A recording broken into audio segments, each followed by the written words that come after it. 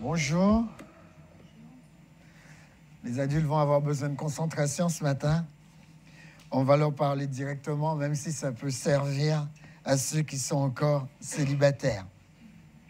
Ce matin, nous allons parler de quelque chose qui arrive dans les couples, qui les déchire et dont la plupart des gens ne savent pas comment y remédier. Nous allons parler aujourd'hui du désamour. Parce que la Bible nous dit que l'homme quittera son père et sa mère et s'attachera à sa femme. Le problème, c'est qu'il ne nous dit pas ce qu'on va traverser en chemin, face à sa femme, face à son mari. Et c'est vrai que cela crée de grandes difficultés. Pourquoi tant de personnes qui s'aiment se quittent? Alors certains répondront comme Salomon, il y a un temps pour tout, il y a un temps pour se rencontrer, il y a un temps pour se barrer. Mais le texte ne semble pas partir dans ce sens. Il dit un temps pour aimer et un temps pour se prendre la tête.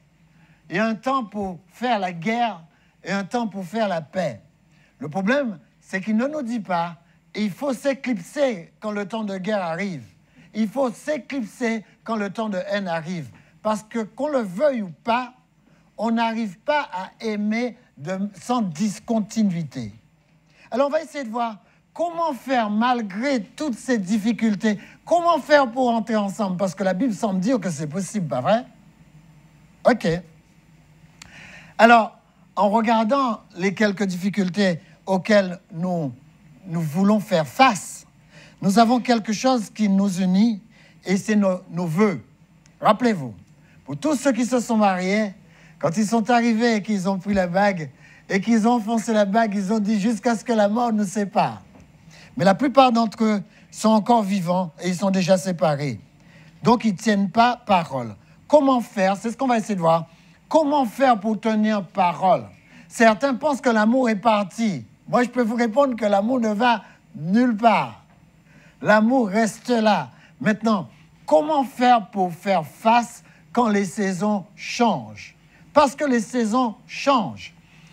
Voilà ce que Salomon dit. Je vous adjure, filles de Jérusalem, pourquoi éveillez-vous et pourquoi réveilleriez-vous mon amour avant qu'elle le veuille? Souvent, ça arrive. Les gens sont pressés. Vous savez ce que les gens recherchent dans la relation? Ils recherchent de l'amour.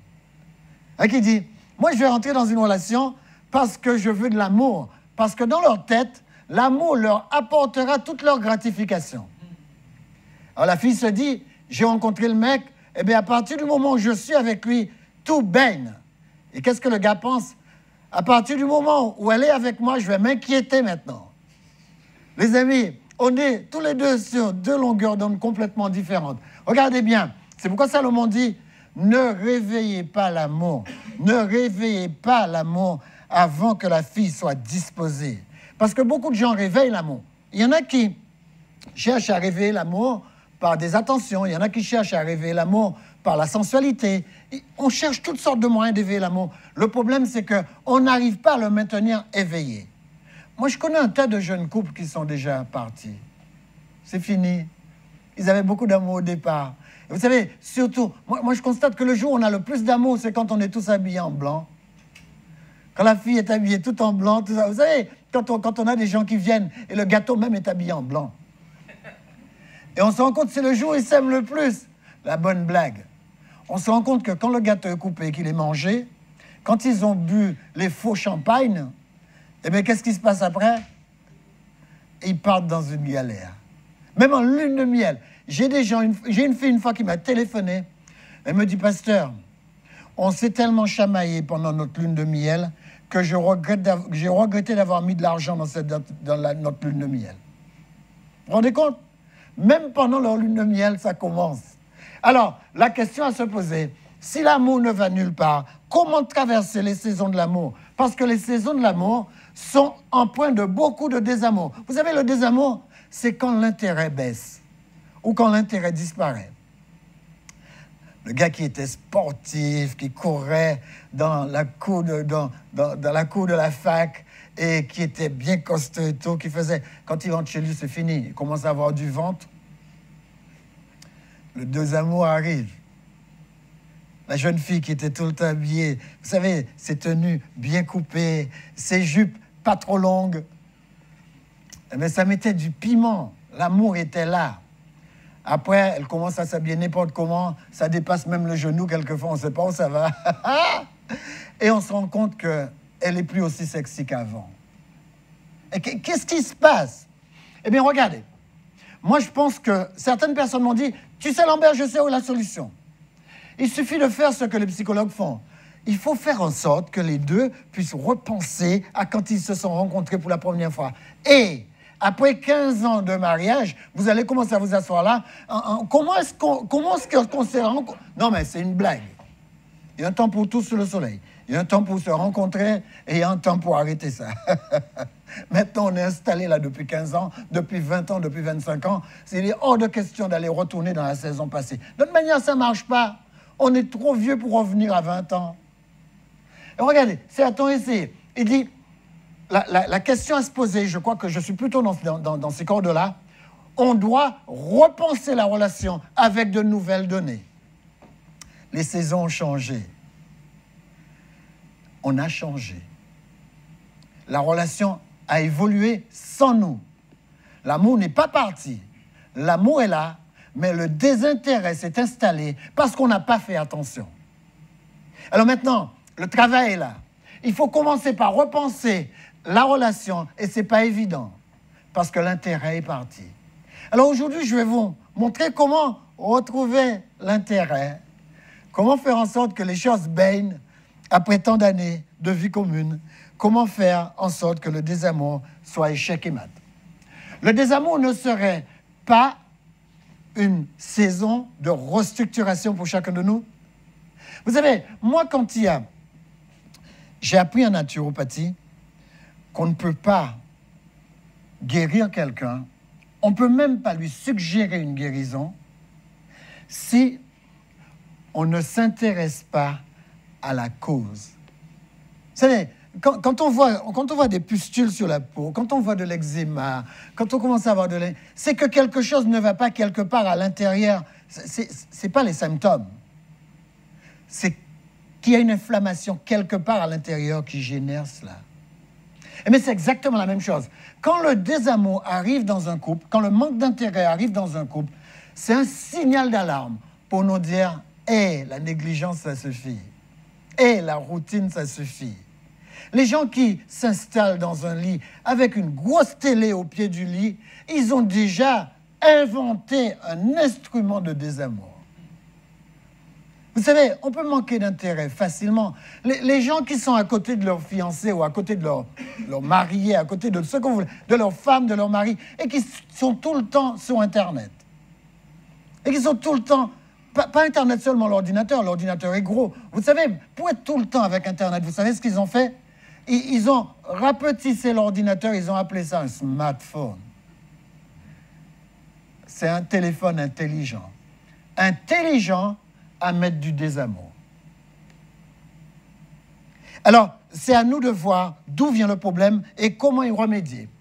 Alors, la première chose, quand on a du désamour, la première chose qu'on constate, eh bien, on est dissemblable.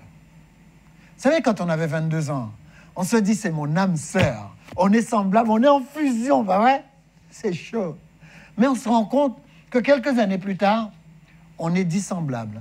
Il n'y a pas tant de fusion que ça.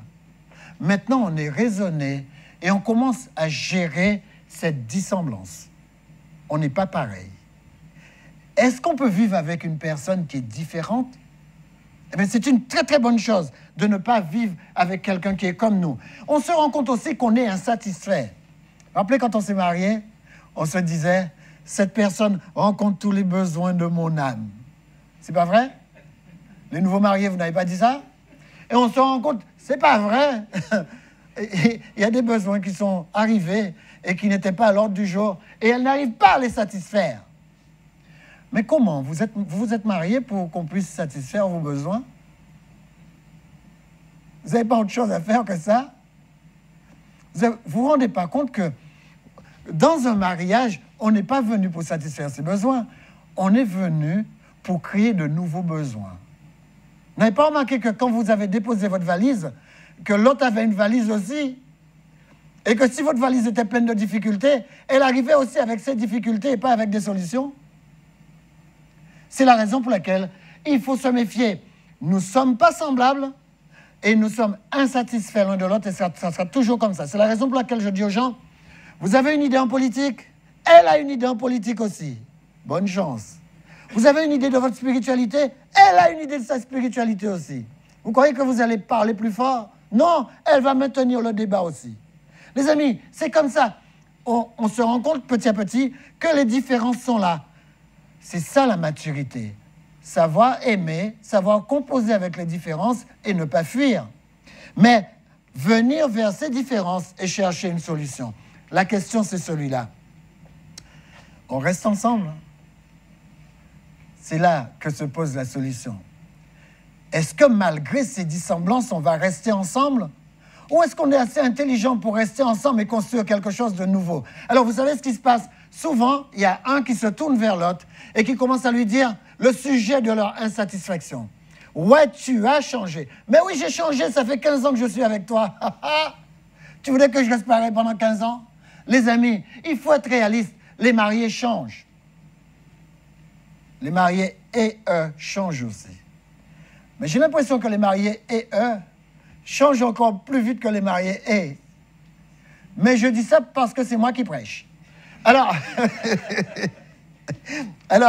on va essayer d'entrer dans l'acceptation de l'autre, acceptation de la différence. La maturité, c'est ça, accepter que les choses changent. Vous savez pourquoi les choses changent? Parce que l'être humain ne peut vivre qu'avec le changement. Si les choses étaient toujours statiques, vous ne serez pas ensemble longtemps. Regardez bien comment ça se passe pour les enfants. Vous leur donnez un jouet, 5 minutes après, ils ont fini avec le jouet, ils jouent avec la boîte. Ils veulent du changement. Eh bien, c'est pareil pour les adultes. Les adultes ont besoin de changement. Le même vélo pendant 20 ans, on n'a plus envie de faire du vélo. Il faut changer le vélo. D'ailleurs, les choses sont tellement bien faites chez les êtres humains qu'il y a souvent l'obsolescence de la machine qui nous oblige à changer de machine tous les 5 ans. D'accord? Ils sont en train de râler. Eh bien, regardez, même Mac a programmé l'obsolescence de leurs appareils. Eh bien, c'est bien, comme ça, vous allez pouvoir acheter un nouveau. Mais c'est pareil. La femme, elle change parce que c'est nécessaire. Et vous, le mari, vous changez aussi. Parce que le problème de celui qui dit que l'autre change, il ne croit pas qu'il a changé. Il dit, moi, depuis notre mariage, je suis demeuré pareil. Moi, je peux vous assurer, depuis notre mariage, je parle plus fort. Il y a plein de choses qui ont changé dans ma vie. Depuis mon mariage, j'ai même plus la même coiffure. Il y a plein de choses qui ont changé depuis le mariage. J'ai même vu des gens qui avaient des cheveux quand ils étaient mariés. Je passe. Alors, regardez, aimer, c'est quoi? Vous voulez régler votre problème? Apprenez à aimer. Tout le monde peut tomber amoureux. Facile. Il y en a même qui cherchent à tomber amoureux. Tout le monde peut tomber amoureux. Mais il faut plus que cette aptitude pour rester amoureux. Et quand vous aurez fini aujourd'hui, vous allez me dire, Lambert, tu m'as rendu service. Tu m'as donné enfin ce qu'il faut pour ne jamais me séparer. Avançons. L'Évangile, voilà ce que l'Évangile donne. Pourquoi est-ce qu'on ne peut pas se reposer que pour l'amour, pour aller jusqu'au bout de la relation? Parce que simplement, l'amour est une émotion. Vous savez, voilà comment je qualifie l'amour. L'amour, c'est le train qui peut cacher un autre. D'accord? C'est ça, là, une émotion. Une émotion ne peut pas exister à côté d'une autre émotion. Franchement, réfléchissez. Est-ce que vous pouvez aimer et haïr en même temps? Ça ne marche pas. Vous allez devoir faire l'un après l'autre. Parce que le champ émotionnel que vous avez à l'intérieur de vous ne le tolère pas. Il ne tolère qu'une émotion à la fois. C'est pourquoi il faut absolument que vous compreniez que l'amour ne peut pas perdurer. Même pour Dieu, c'est pareil. N'avez pas remarqué que Dieu dit, écoutez, moi je suis offensé par vos péchés. Alors s'il est offensé, à quel moment il aime? Oui, donc l'offense balaie l'amour. Et c'est pareil pour tout. Dieu dit qu'il se met en colère. La colère ne peut pas exister en même temps que l'amour. Il faut que l'amour bouge pour que la colère prenne la place. Et vous, vous fonctionnez exactement comme Dieu. C'est la raison pour laquelle nous pouvons le voir. L'amour, c'est quelque chose qui ne dure pas à côté d'une autre émotion. Alors, on va prendre le mot. Le mot vient de agapao, en grec, et souvent on le dit « je t'aime », agapé. D'accord? Agapé. Donc, qu'est-ce que ça signifie? Ça signifie déjà souhaiter la bienvenue. Si vous aimez, le matin, quand votre femme se réveille, il va falloir que vous lui souhaitiez la bienvenue. Si vous êtes amoureux, vous allez devoir lui souhaiter la bienvenue. Alors beaucoup, ils ont raccourci, ils disent « bonjour, tu as passé une bonne nuit ». Mais il faudrait lui dire « bienvenue », parce qu'elle était dans le monde des rêves. Et regardez, et deuxième sens de agapé, c'est divertir. Vous les maris, vous allez devoir donner du divertissement à vos femmes. Moi, c'est vrai que ces temps-ci, je reconnais que c'était difficile, parce que quand vous êtes en projet, vous n'avez pas le temps de divertir votre femme. Mais il faut revenir au divertissement, parce que agapao signifie divertir. En fin de compte, si vous voulez vous marier, sachez que si votre femme s'ennuie, c'est votre responsabilité. Si la femme vient vous voir et dit « oh, je m'ennuie », ah, vous êtes un mauvais mari. Vous avez une femme qui s'ennuie. Attention, les femmes qui s'ennuient font des bêtises. Si vous voulez continuer à aimer, faites en sorte que votre femme soit divertie. Troisième sens de agapao, c'est aimer. Je vais vous expliquer ça tout à l'heure. Et dernier sens de agapao, c'est chérir. Vous vous rappelez l'apôtre Paul dans Philippiens 1, verset 8, il dit « Je vous chéris tous de l'amour du Christ ». On va essayer de voir comment faire tout ça. Alors, la question nous est posée et voilà ce que nous pouvons tirer. Puisque les émotions prennent facilement la place des émotions, puisqu'une émotion chasse toujours une émotion, l'amour ne rend donc pas toujours amoureux. J'espère que vous avez bien compris cette phrase. L'amour ne rend pas toujours amoureux. L'amour n'est pas un élément qui se maintient. C'est vous qui allez devoir le maintenir. Et comment est-ce que vous allez devoir le maintenir? Alors, qu'est-ce qui garde amoureux longtemps? C'est le choix. C'est pourquoi j'ai dit tout à l'heure, quand il y a du désamour dans une famille, il est hors de question de faire sa valise. Vous venez d'avoir un défi. Le désamour est là, c'est-à-dire le manque d'intérêt pour la personne aimée. Comment faire pour revaloriser tout ça? Comment faire pour remettre ça en place? Et c'est vrai que l'une des premières choses à faire, c'est retrouver ses sentiments, se battre pour retrouver ses sentiments. Et c'est vrai que ça se fait comment? La première chose à faire, c'est savoir écouter. Je n'ai pas dit savoir entendre, savoir écouter. Les remarques vous sont faites, ce n'est pas toujours évident, mais c'est vrai que les remarques sont un très beau terrain pour commencer à construire. Je vous expliquerai ça en détail tout à l'heure. Donc, je disais, la chose qui peut nous aider à rester amoureux, c'est de faire le choix. L'amour ne se commande pas au niveau sentimental, mais au niveau du choix, oui. Regardez, Dieu dit, je vous commande d'aimer. C'est que l'amour se commande. Mais où est-ce que l'amour se commande? Ce n'est pas sur les sentiments. Personne ne peut venir vous voir et vous dire, écoute, je veux me marier avec toi, épouse-moi, aime-moi. Ça ne marche pas. Non, il faut que l'amour ne se commande pas. Mais l'amour, au niveau du choix, se commande. Je peux dire à quelqu'un, écoute, à partir de maintenant, je suis déterminé à t'aimer. Même si vous ne ressentez pas ce sentiment, je suis déterminé à t'aimer. Et parce que je suis déterminé à t'aimer, je vais mettre tout autour de toi pour que mon amour puisse redémarrer. Comme l'amour, c'est une émotion, si vous faites le choix d'aimer, vous redémarrez votre amour quand vous voulez. C'est vrai, quelquefois, ça peut prendre du temps. Essayez de vous imaginer que vous avez endormi votre amour pendant 10 ans. Vous croyez qu'en 5 minutes, vous allez le faire redémarrer? Allez, vas-y, dis je t'aime, je t'aime, je t'aime, vous allez voir. Vous ne ressentez rien.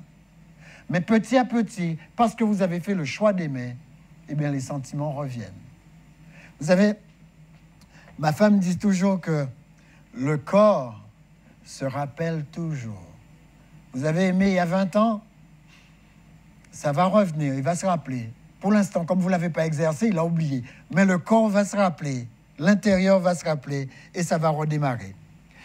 L'amour génère des sentiments, mais le choix vous appartient. Si vous ne déterminez pas que vous mettez tout en place pour aimer, vous n'aimerez pas. Un jour, j'ai dit à quelqu'un que, tu sais, je peux aimer n'importe qui. Il m'a dit, tu peux aimer n'importe qui? J'ai dit, ouais, parce que je connais la technique. Il suffit de répéter à la personne plusieurs fois qu'on l'aime et votre cœur commence à battre pour la personne. Écoute, l'un des cas aujourd'hui où il y a le plus d'infidélité, c'est Internet. Les gens ne se voient pas.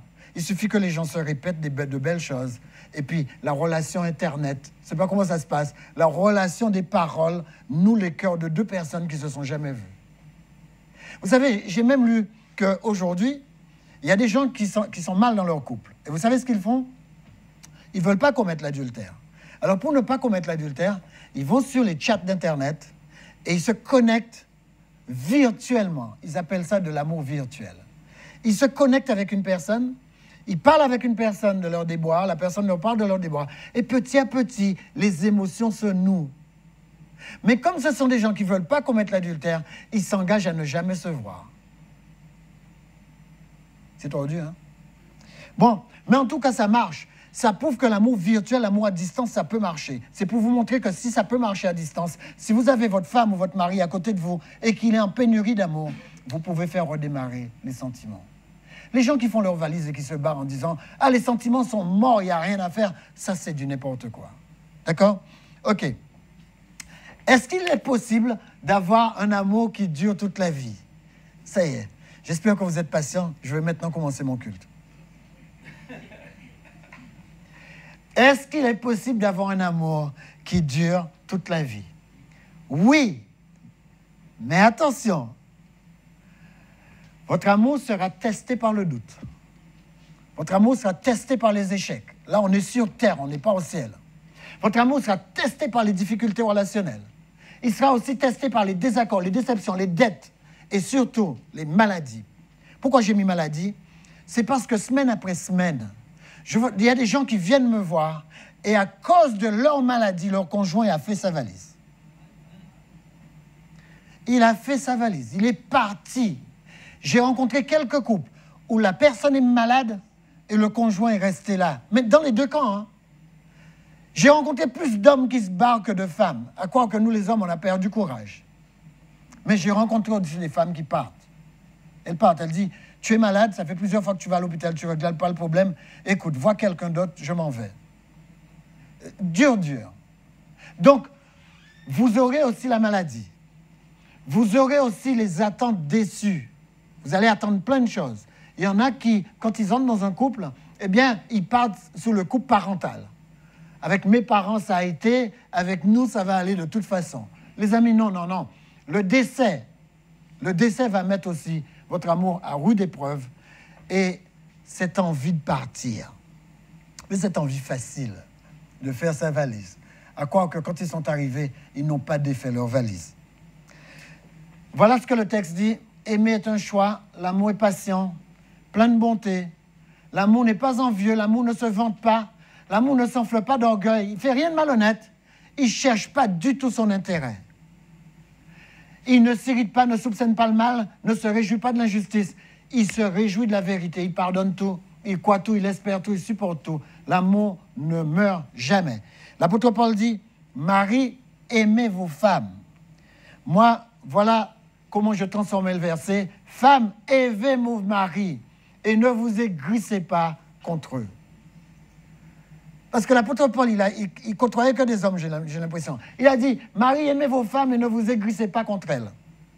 Mais moi, je dis, femmes, aimez vos maris et ne vous aigrissez pas contre eux. D'accord? Faites la même chose dans les 2 sens.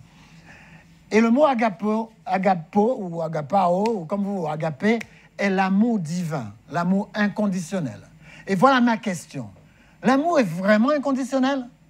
Alors, si l'amour est inconditionnel, si c'est vrai, où est-ce que l'amour est inconditionnel? À quel niveau? Parce qu'il semble que l'amour, si l'amour est une émotion qui chasse une émotion, comment il peut être inconditionnel? Parce que parfois Dieu aime et parfois Dieu n'aime pas.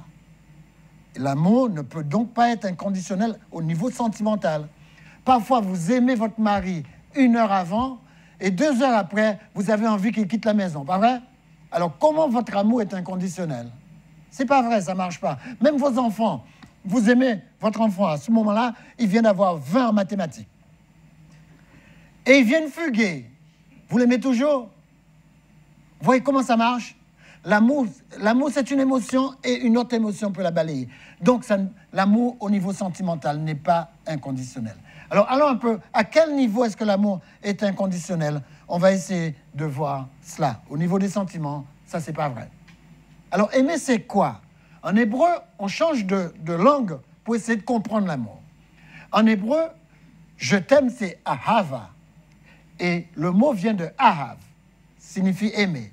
Le premier sens d'aimer, c'est donner. Est-ce que l'amour est inconditionnel au niveau du don? Non.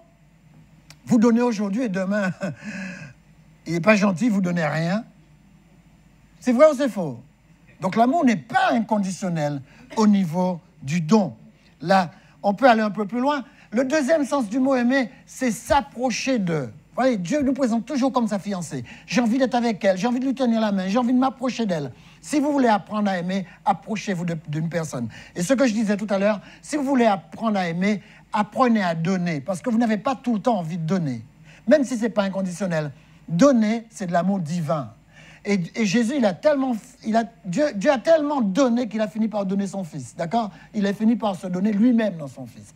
Donc, le premier sens d'aimer, c'est donner. Mais attention, on ne donne pas pour être aimé. On donne parce qu'on aime. Ce n'est pas la même chose. Alors vous, si vous voulez apprendre à donner, comprenez une chose. L'amour est dans un seul sens. L'amour n'est pas dans deux sens. Ça n'existe pas. Parce que si l'amour était dans un seul sens, Dieu ne se donnerait pas pour l'humanité. Vous imaginez le nombre de personnes qui ne l'aiment pas? Non, l'amour n'est pas dans les deux sens. L'amour n'est pas du tout dans les deux sens. Si l'amour était dans les deux sens, Dieu ne se donnerait pas dans l'humanité pour toutes ces personnes qui ne l'acceptent pas. D'accord? Donc l'amour est dans un sens, c'est unilatéral, pas bilatéral. Alors, comprenez que quand vous donnez, ce n'est pas pour attendre quelque chose en retour. Je donne simplement parce que j'aime. Maintenant, le deuxième, aimer, c'est s'approcher d'eux. Si vous voulez que votre amour dure, arrêtez de dormir dans 2 lits différents. Il faut rester ensemble, il faut se coller ensemble, il faut se toucher, il faut se parler. Quand l'autre respire, eh bien, il faut que son souffle vous touche. Approchez-vous, collez-vous. Vous savez, coller serré, c'est aimer. Allez, on passe au troisième. Troisième définition. Donc, on a dit, donner, c'est pas inconditionnel. On a dit aussi que s'approcher, c'est pas inconditionnel. Parce que des fois, quand vous n'êtes pas content, vous êtes dans le même lit et vous avez le dos tourné. Pas vrai? Je sais. Alors, troisième définition de aimer, c'est la préciosité, être précieux. Alors maintenant, je peux vous poser la question. Dieu dit, vous êtes la prunelle de mes yeux. Dieu dit, parce que tu as du prix à mes yeux, parce que tu es honoré, que je t'aime, je donne des choses à ta place. D'accord? Est-ce que cet amour est inconditionnel? Est-ce qu'on sera toujours précieux aux yeux de Dieu? Amen. C'est le seul endroit dans l'amour où l'amour est inconditionnel. Mes enfants sont précieux à mes yeux. Et quel que soit ce que mes enfants feront, même s'ils finissent en prison, même s'ils seront toujours précieux à mes yeux. Vrai ou faux? C'est pareil pour Dieu. Quel que soit ce que vous ferez de votre vie, vous êtes toujours précieux aux yeux de Dieu. Toujours précieux. Les amis, et c'est là que l'amour est inconditionnel. Alors, je récapitule. Ça signifie qu'on peut pallier aux deux amours. Au désamour, excusez-moi. On peut pallier au désamour. Quand vous sentez que votre amour ne dure pas, Appuyez-vous sur la préciosité de la personne. Dites-vous, quand ça ne va pas dans votre foyer, dites-vous, cette femme m'est précieuse. Ce mari m'est précieux. Parlez de belles choses. Regardez quand il marche, quand il est habillé. Regardez comment il est bien. Même s'il a mauvais caractère, regardez comment il est bien. Il est précieux. Donnez-vous des bonnes raisons de retrouver la préciosité de votre conjoint. Et c'est là qu'on peut reconstruire. Pas sous le fait de s'approcher d'eux, parce que des fois, on n'a qu'une envie, c'est qu'il aille habiter à l'autre coin de la terre. Mais bon, c'est pas grave. Mais sur la préciosité, vous pouvez commencer à bâtir. Et si vous bâtissez sur la préciosité, vous savez ce qui va se passer? Eh bien, vous allez avoir envie de vous approcher d'eux. Vous savez ce qui va se passer après? Vous allez avoir envie de... Et là, vous êtes entré dans les caractéristiques de l'amour. C'est pourquoi je dis toujours que l'amour a 4 paramètres. Le premier paramètre, c'est que l'amour est divin. Et il faut absolument que vous arriviez à le garder, c'est la préciosité. La divinité est en vous. Vous pouvez surpasser toutes les difficultés parce que la divinité est placée en vous. L'amour est divin. Deuxième caractéristique de l'amour, l'amour est fraternel. Vous devriez considérer la personne, même si vous ne l'aimez pas pour aller dormir à côté de lui, considérez-le mieux que vous considérez vos frères et sœurs. Dites-vous qu'il est déjà là. Il m'a déjà donné 2 bébés.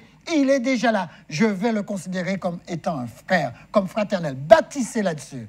Troisième élément de l'amour, l'amour est propre. C'est-à-dire, ayez de l'estime de vous-même. Ne dites pas n'importe quoi, même si vous êtes fâché. Restez ce que vous êtes, de véritables enfants de Dieu. Parlez avec respect, parlez avec circonspection. Faites en sorte que votre environnement puisse être un environnement où vous retrouvez vraiment la paix. Courez après la paix, poursuivez-le. Ça, c'est de l'amour propre.